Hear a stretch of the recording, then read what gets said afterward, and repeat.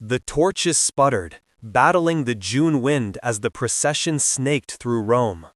It was the year Thamali 85 after Christ, the month considered most blessed for unions. Flavia, a woman of 18 years, moved at its heart, her saffron veil a heavy shroud. Her hair, bound in 6 traditional braids with white wool, felt like a ceremonial chain. In less than 3 hours, she would understand her mother's tears that morning.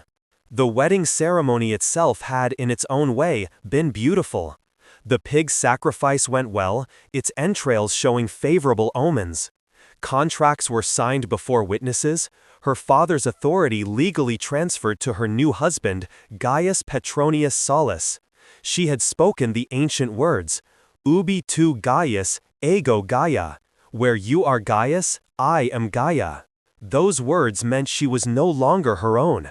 She belonged to him now, a man 23 years her senior, whom she had met exactly 4 times before today. But the ceremony was merely the public beginning. What truly waited lay at the end of this torchlit path, within a house she had never entered, in a chamber prepared by rituals her mother had steadfastly refused to explain. That was where the true wedding would occur. That was where she would discover what it meant to become a Roman wife. The crowd around her surged, singing obscene songs as tradition demanded. The verses were crude, explicit, detailing in graphic terms what awaited her that night, what her husband would do, what she would be compelled to accept. Young men in the throng shouted suggestions that made her face burn beneath the veil. This, too, was tradition. Romans believed obscenity at weddings drove away evil spirits through the power of embarrassment and laughter. But Flavia was not laughing. She counted her steps, marking the distance between herself and whatever waited in that house. She tried to slow her breathing, tried to recall her mother's final words that morning. Do not resist. Whatever they require of you, do not resist. Resistance only makes it worse. They reached the house of Gaius Petronius Sallus. It was large, a testament to his status as a successful merchant who had amassed a fortune in the grain trade. The doorway was adorned with white wool and branches of greenery. 2 torches blazed on either side, proclaiming this a house where a wedding would be consummated tonight. The crowd's roar intensified as they approached, the songs growing more explicit, the shouts more urgent. Someone pelted her with nuts, another tradition symbolizing fertility. The shells struck her shoulders, catching in the folds of her dress. Her husband stood in the doorway, waiting. Behind him, figures stirred in the lamplight. Too many figures. This was not a private moment, not 2 people beginning a life together. There were witnesses waiting inside. There were rituals demanding observation. There were things that would happen before others, things she had believed, until her mother's tears that morning would occur only between husband and wife. Gaius Petronius Sallus smiled at her. It wasn't a cruel smile. He seemed genuinely pleased, even a little nervous himself. But his nervousness was that of a man hoping to perform well before an audience. Her nervousness was something else entirely. It was the dread of someone told something terrible is imminent, but not exactly what. Prepared by hints and silences, and her mother's tear-streaked face, for an ordeal whose specific nature remained hidden behind centuries of tradition no one spoke of directly. They anointed the doorposts with oil and fat. She touched them as required, marking her arrival at her new home. Then Gaius lifted her over the threshold, for tradition dictated it was ill luck for a bride to stumble entering her husband's house for the first time. The gesture also symbolized something older, from an era when brides were carried into their husbands' homes, whether they wished to enter or not. The door closed behind her, muffling the crowd singing, and Flavia finally saw what waited in the atrium of her new home. 7 people were present, besides herself and her husband. An elderly woman, robed as pronuba, the matron of honor required to oversee every proper Roman marriage's consummation. a priest of uncertain affiliation whose presence would make sense only later. 3 female slaves carrying cloths and basins of water and oil, their faces carefully blank, like servants who had witnessed things they knew they must never acknowledge. An older man, whom she would later learn was a physician, his bag of instruments resting at his feet. And standing beside a wooden structure that dominated the corner of the atrium, draped in cloth that concealed its exact shape, was a figure carved from dark wood. It stood nearly 4 feet tall, with features she could barely discern in the lamplight, but which made her throat constrict when she glimpsed them. The pronuba stepped forward. She took Flavia's hands in her own. Her grip was firm, almost too firm, as if she expected Flavia to try to pull away. "Welcome to your husband's home," the pronuba said. "The rites must now be completed. Come, here is what they never taught you about Roman marriage." Forget the idyllic images. Beautiful women in flowing robes reclining on couches, servants bringing them grapes and wine. Forget the charming traditions of saffron veils, iron rings, and verses sung in the streets. Rome, a civilization of law, order, engineering, and philosophy, built the foundations of Western culture. Yet, you have never been told what happened after the wedding procession reached its destination. You have never learned about the rituals performed behind closed doors, while the crowd dispersed and the torches burned down. Ancient sources describe Roman weddings in elaborate detail, yet suddenly become vague and euphemistic when they reach the events of the wedding night itself. Phrases like, "the customary rites were performed," or "she was made a wife according to tradition," appear in texts that otherwise spare no detail about Roman life. Tonight, Flavia would learn what those phrases truly meant. She would discover why certain Roman writers declared that wedding night customs were inherited from an era of barbarism that civilized Romans should have abandoned, but somehow never did. She would understand why the Church Fathers, who converted Rome to Christianity, described pagan wedding practices as abominations requiring immediate abolition. Flavia would learn about the figure in the corner of the atrium, about what brides were required to do with it, about the witnesses who watched to ensure completion, about the examinations that preceded and followed, about the entire systematic process by which Rome transformed women into wives. She would understand why almost all of this was deliberately erased, why Christian Rome destroyed texts, smashed statues, and rewrote histories to eliminate evidence of what their ancestors had practiced for over 1,000 years. These rituals were not hidden because they were minor, they were hidden because they were central, and because acknowledging them required acknowledging things about Roman civilization that subsequent generations preferred to forget. Now, let us return to the beginning to explain how Roman marriage actually worked, what it meant legally, socially, and religiously, and why the wedding night rituals were not aberrations, but logical consequences of how Romans understood women, property, and the transfer of both from one man to another. Roman marriage was not primarily about love. This seems obvious when stated directly, but its implications are profound and extend into every aspect of how weddings were conducted.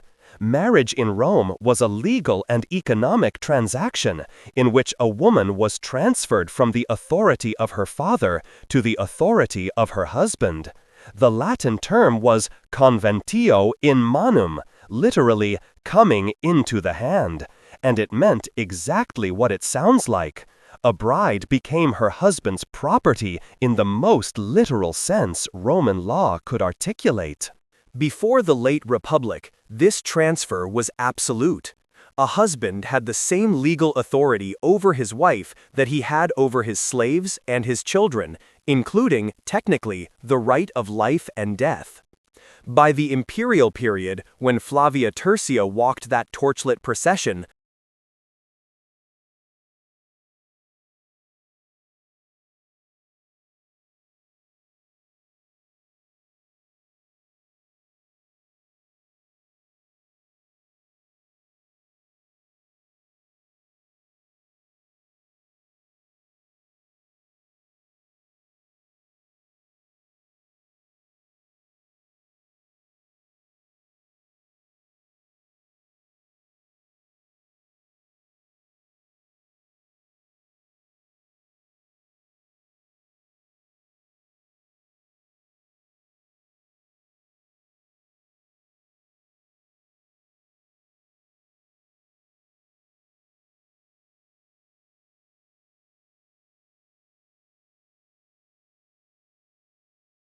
the law had softened somewhat. Women retained some property rights. Divorce was possible under certain circumstances. Husband, and therefore entitled to inherit his property and continue his family line. This meant her physical capacity for reproduction required verification. Her status as a virgin, never before belonging to another man's line, required confirmation. And the actual transfer of her reproductive capacity from potential to active required witnessing, because a marriage not consummated was no marriage at all in Roman law. This is not interpretation or speculation. Roman legal texts are explicit about these requirements. A marriage was not complete until consummated. The consummation had to be verified by witnesses, because otherwise, how could anyone be certain it had occurred? The bride's virginity had to be confirmed, because otherwise, how could the husband be certain that any children she bore were his? Each of these requirements generated corresponding rituals that were practiced for over 1,000 years. Rituals that made perfect sense within Roman logic, and that horrify modern sensibilities precisely because that logic is so alien to how we understand marriage today. The pronuba was central to understanding what happened in that atrium and in the bedchamber that followed. She was a married woman of good reputation, whose role was to oversee the transition of the bride from virgin to wife. Her presence was mandatory at respectable Roman weddings. She led the bride in certain rituals, gave advice and instruction, and most importantly, she witnessed the consummation to verify that it had properly occurred. The sources are deliberately vague about exactly what this witnessing entailed. The physician and poet Soranus, writing in the 2nd century, refers to the pronuba's duty to observe the completion of marital duties. The agricultural writer Columella, in an unexpected digression in his treatise on farming, mentions that the pronuba must verify the transfer has been accomplished. Legal texts specify that disputed marriages could be resolved by the pronuba's testimony regarding what she observed on the wedding night. If the pronuba was merely present in the house while consummation occurred privately in a closed bedchamber, her testimony would be worthless in court. She would be reporting hearsay, saying only that she was told it happened. Roman courts did not accept hearsay testimony in property disputes, and marriage was a property transfer. For her testimony to carry legal weight, the pronuba had to witness directly, which means either the bedchamber was not closed or the witnessing occurred in a space other than a private chamber. This is where the ancient sources become most frustratingly oblique, using euphemisms and implications rather than direct description. But archaeological evidence fills some of the gaps. Excavations of Roman houses have revealed rooms whose only apparent function was to accommodate observers while something occurred in a designated central space. Wall paintings in Pompeii depict wedding scenes that include multiple witnesses in positions and postures that make sense only if they were watching intimate activity occurring before them. Votive objects left at temples by new brides include thank offerings for surviving their wedding nights, language that seems excessive for a private, romantic encounter, but makes sense if the night involved a public ordeal. Flavia was led through the atrium by the pronuba, past the basin of water where she would later be washed, past the slaves who stood ready with cloths and oils, past the physician who would examine her before and after, toward the draped figure standing in the corner. The pronuba guided her hands to the cloth that covered it. Now, the pronuba said, you must greet mutunus tutunus, you must ask his blessing, you must offer yourself as tradition requires. Flavia pulled back the cloth and saw what stood beneath. A wooden figure, crudely carved, representing a form she had only seen in the graffiti that covered Roman walls. The form that appeared on amulets mothers tied around their children's necks to ward off evil. The form that stood in gardens as a scarecrow might stand, threatening intruders with its aggressive posture. But this figure was not small like an amulet, or functional like a scarecrow.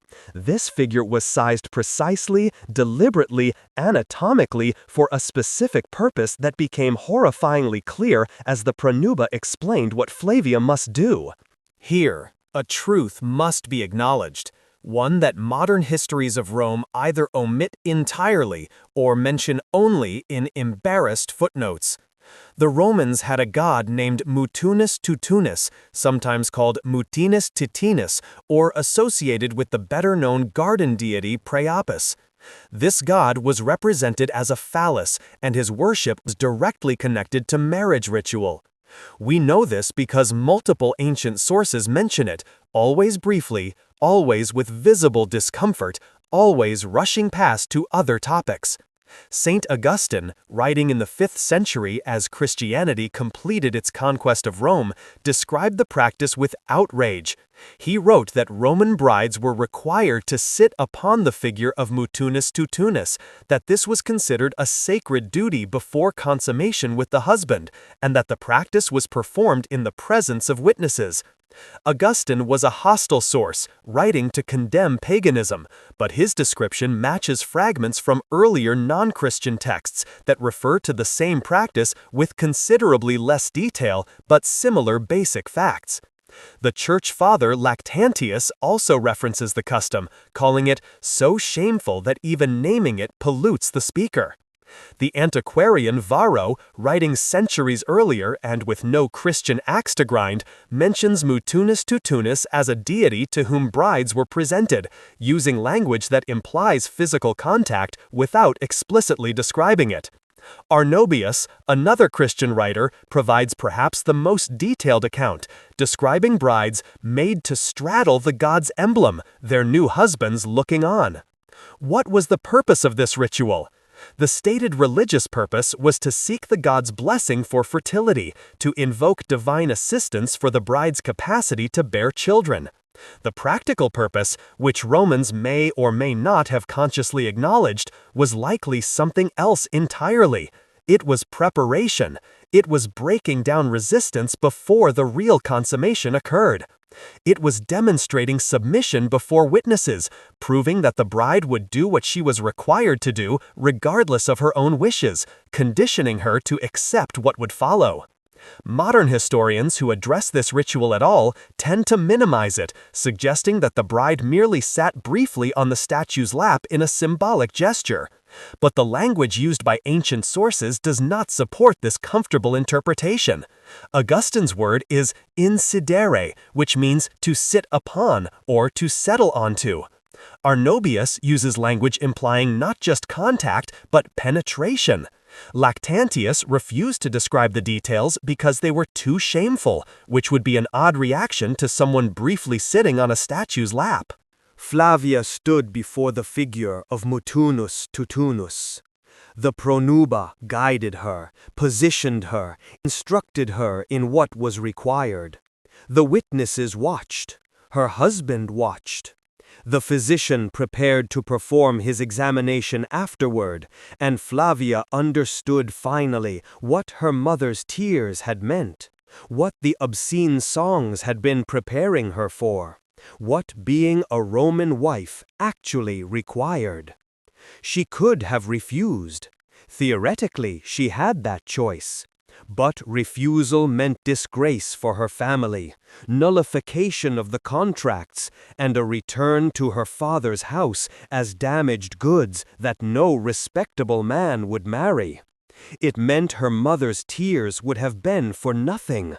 It meant everything she had been taught about duty and family and a woman's role in society would be proven false, and she would be proven worthless. She did not refuse. The ritual with mutunus tutunus was complete. Flavia stood, her body numb, the rough wood's imprint still a phantom sensation.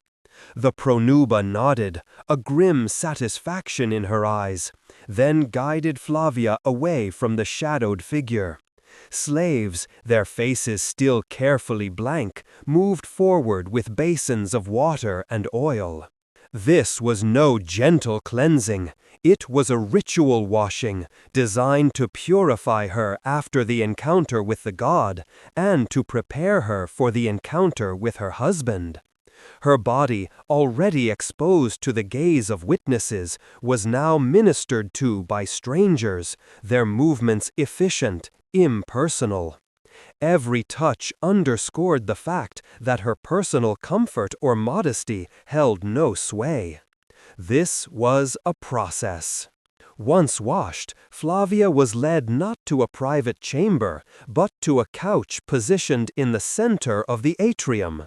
This was the public room of the house, where business was conducted, where clients were received, where the household shrine stood with its images of ancestral spirits watching over everything.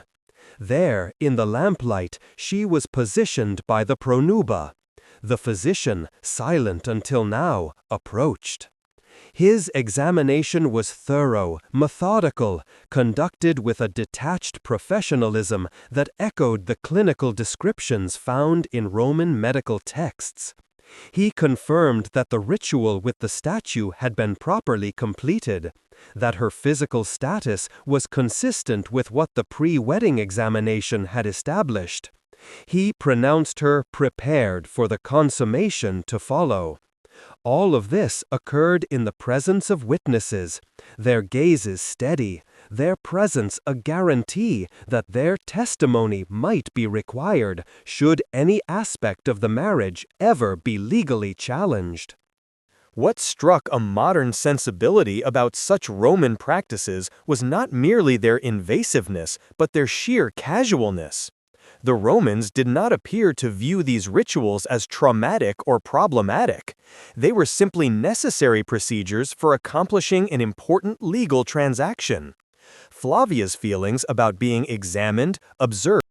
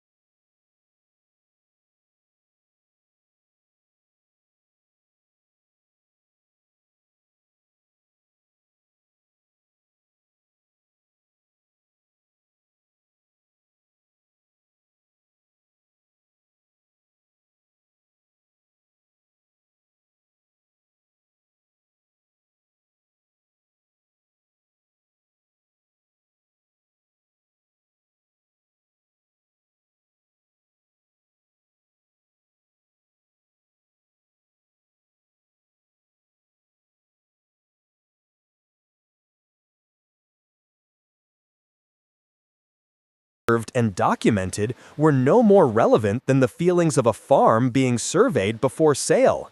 Property, after all, did not have. What followed took several hours. The pronuba observed throughout, occasionally providing instruction when she deemed it necessary, ensuring that the consummation was completed in ways that would satisfy legal requirements for verification. The door remained open.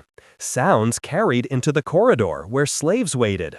Everything that happened in that bed was semi-public, part of a ritual of verification designed over centuries to ensure that no aspect of the property transfer could later be disputed. At dawn, the physician returned for the final examination. This assessment confirmed that consummation had occurred, that the bride was now physically changed in ways that marked her transition from virgin to wife. The examination was documented. The pronuba provided her testimony regarding what she had witnessed. The legal transformation was complete. Flavia was now a Roman wife. She would bear 3 children over the next decade. She would manage her husband's household competently. She would attend festivals and ceremonies, fulfilling all the duties expected of a matron of her status. And she would never speak about her wedding night, not even to her own daughter when her daughter's marriage was arranged. For what was there to say? It was tradition. It was how things were done. It was what being a Roman wife required. The women who came before her had endured it. The women who came after would endure it as well. This was simply what marriage meant. Her silence was not unusual. It was universal. Roman women did not write about their wedding nights. Roman men did not describe what they witnessed or participated in.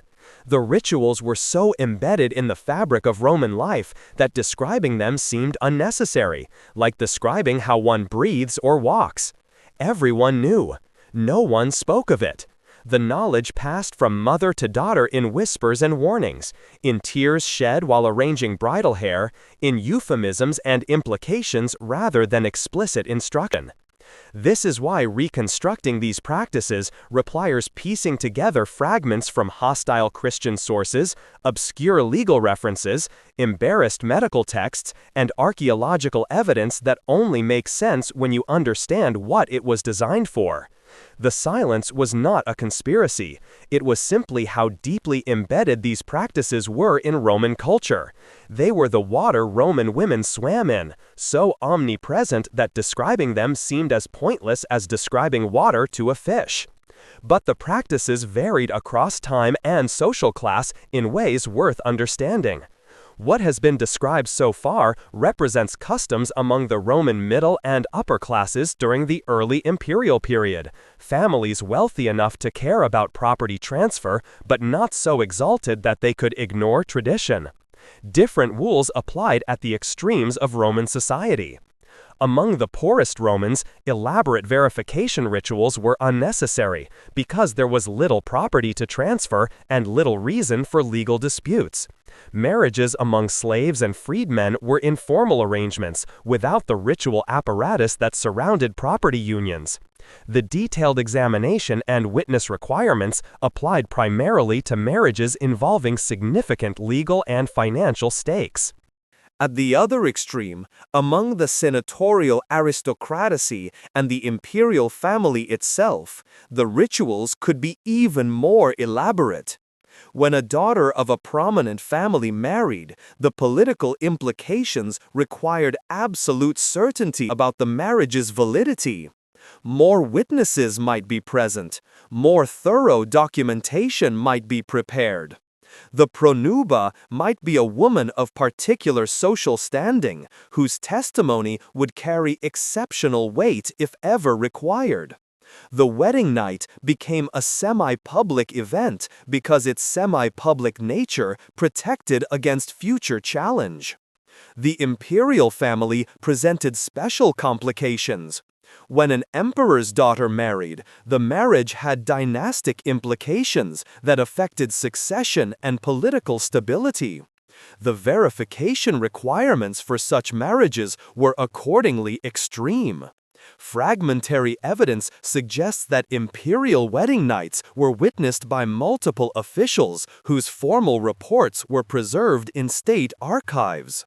The bride was not just becoming a wife, but potentially becoming a mother of future emperors.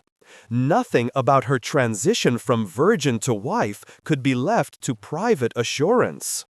The Emperor Augustus, who ruled Rome at the birth of the imperial system, was famously concerned with moral reform and the restoration of traditional values.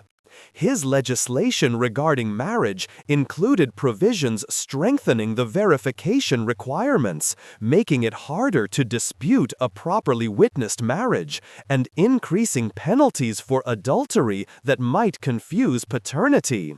These laws were presented as moral reform, a return to the virtuous practices of ancient Rome.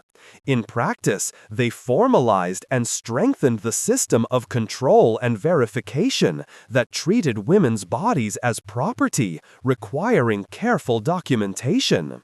By the time Christianity began transforming Rome in the 4th and 5th centuries, these practices had been standard for half a millennium or more.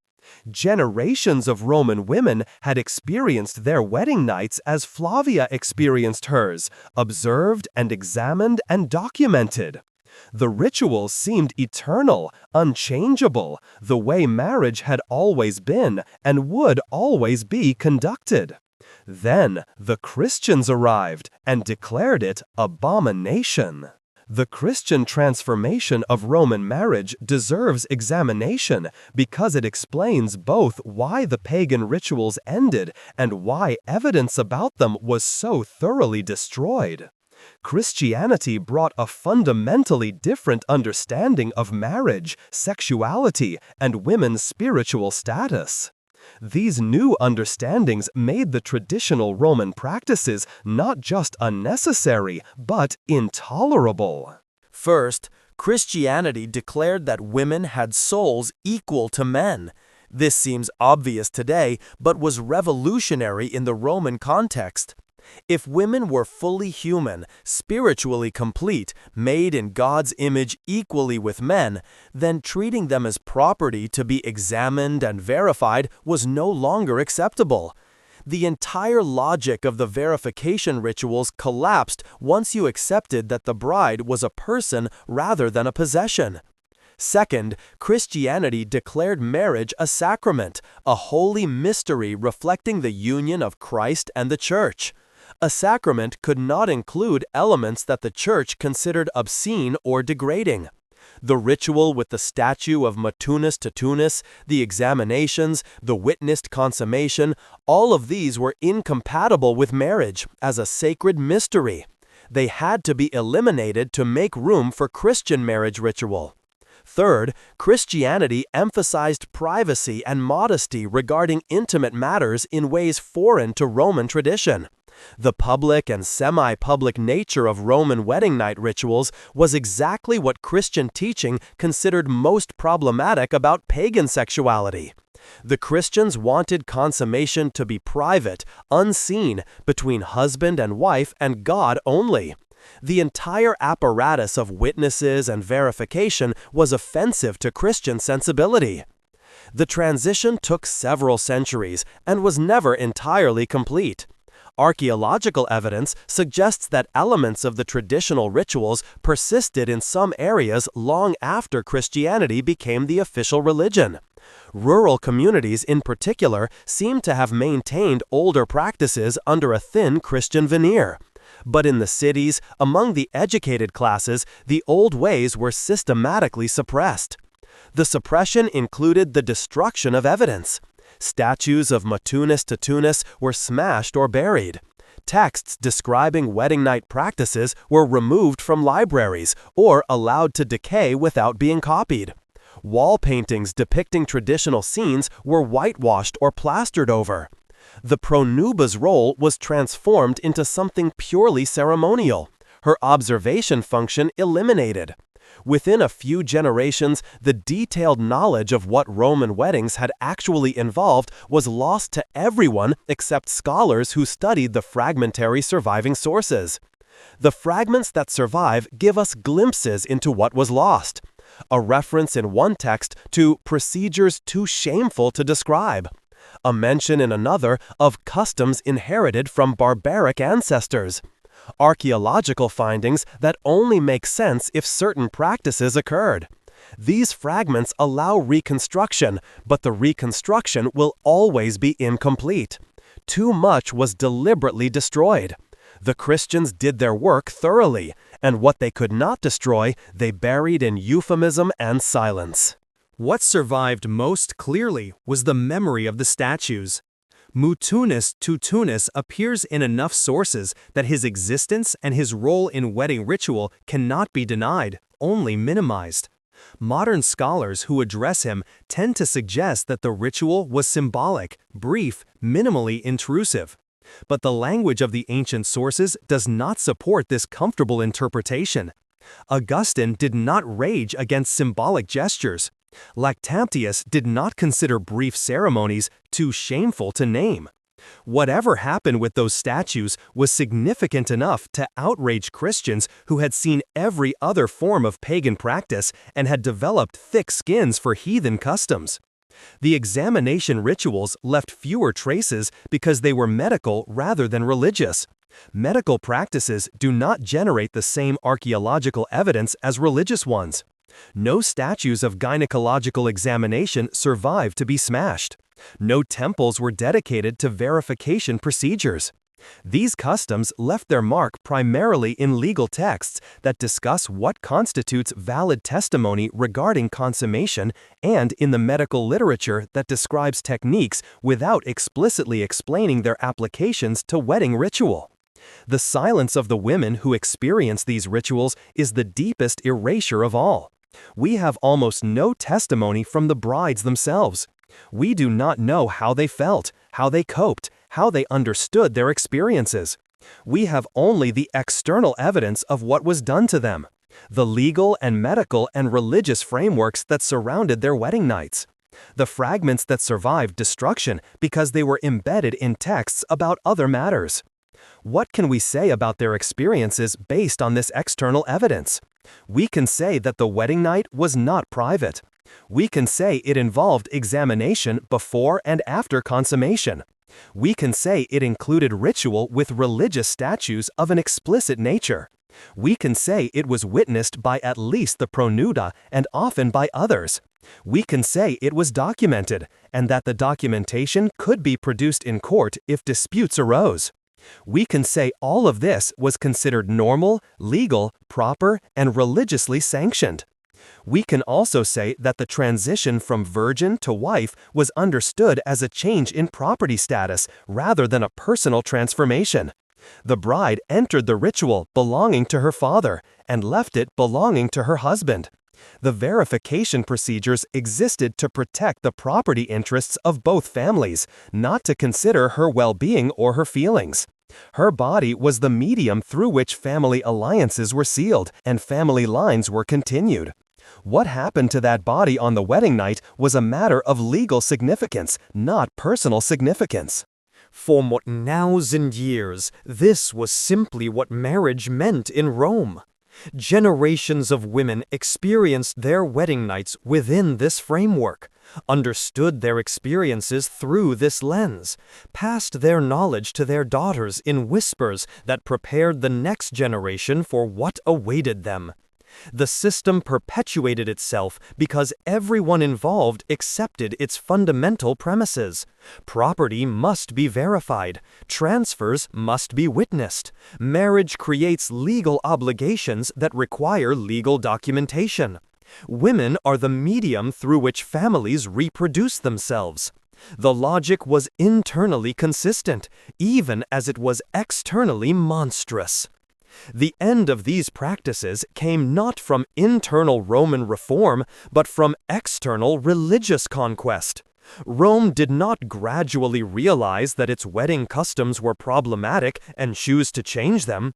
Rome was converted, conquered spiritually by a religion that brought different premises about marriage and sexuality and human dignity. The Christians who transformed Rome did not negotiate with Roman tradition. They declared it abomination and worked systematically to eliminate every trace. They almost succeeded. What we know today about Roman wedding night rituals comes from fragments that escaped destruction, from hostile Christian sources that described in order to condemn, from archaeological evidence that was buried and forgotten and accidentally preserved. The complete picture is lost forever. We can reconstruct outlines and argue about details, but we cannot recover what was so thoroughly erased. And perhaps that is the most disturbing aspect of this history. Not just what the Romans did to their brides, but how completely it was hidden afterward. For over 1,500 years, these practices were essentially unknown. Educated people who studied Rome learned about aqueducts and legions and senators, about philosophy and poetry and law, about everything except what happened to women on their wedding nights. The erasure was so complete that most people today have never heard of mutunus tutunus, have never encountered any reference to wedding night examinations, have never suspected that Roman marriage involved anything other than charming ceremonies with saffron veils and scattered nuts. The pattern repeats across history. The aspects of civilization that seem most stable and normal to those living within them are often the aspects that later generations find most disturbing and most in need of hiding. What was taken for granted becomes unspeakable. What was documented becomes destroyed. What was universal becomes unknown. Flavia Tertia died in the year 127 after the birth of Christ, at approximately 60 years of age. She had been a wife for over 40 years. She had raised children and managed a household, participating in the religious and social life expected of a Roman matron.